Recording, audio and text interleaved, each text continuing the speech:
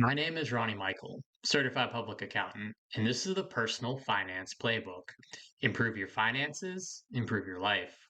The title of today's episode is It Was Destiny, the Student Loan Crisis. Starting in early 2026, the federal government will resume wage garnishment for defaulted student loan borrowers. About 5.5 million borrowers are currently in default, meaning a payment has not been made in the past 9 months. And they'll soon see up to 15% of their disposable income seized to pay back the old loans. This will mark a dramatic shift from the pandemic era pause on collections and will signal a return to the pre pandemic enforcement practices. The statistics on student loans are staggering. In April 2025, only one third of the 38 million Americans who owed money for college were actually making payments. According to Pew Research, 51% of student loan borrowers do not feel financially secure, and nearly 60% of those making payments find them difficult to afford. College is sold to everyone as a ticket to better job prospects, yet the stats show that many are struggling to make their loan payments after graduation. But here's the thing, the student loan crisis wasn't an accident. It was inevitable the moment the federal government essentially guaranteed that anyone would be able to get a student loan. The real turning point came in 2010 when the federal government became both lender and guarantor for student loans through the Direct Loan Program.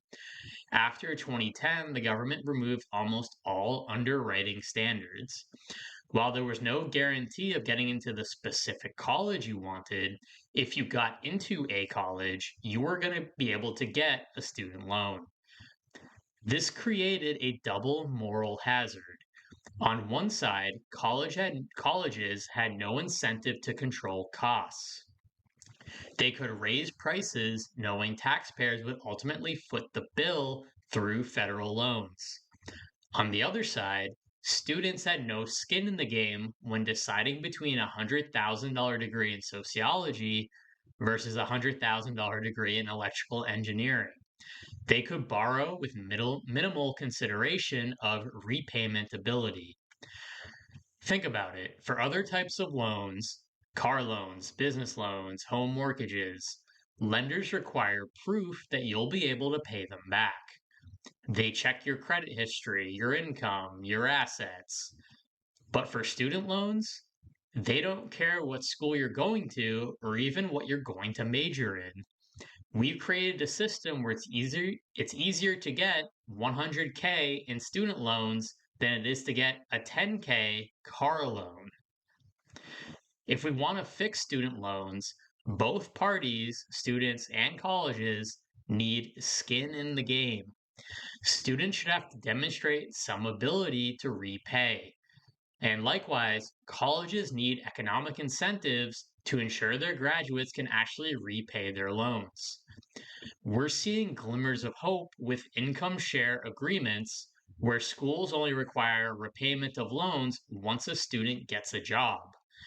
But these remain rare. I don't think the solution is more debt forgiveness programs or repayment options. The solution is to require schools to have some financial stake in their students' success. Until then, we'll just keep pushing people over the student loan default cliff. What do you think? Does this apply to your life? Leave a comment below, and thanks for watching.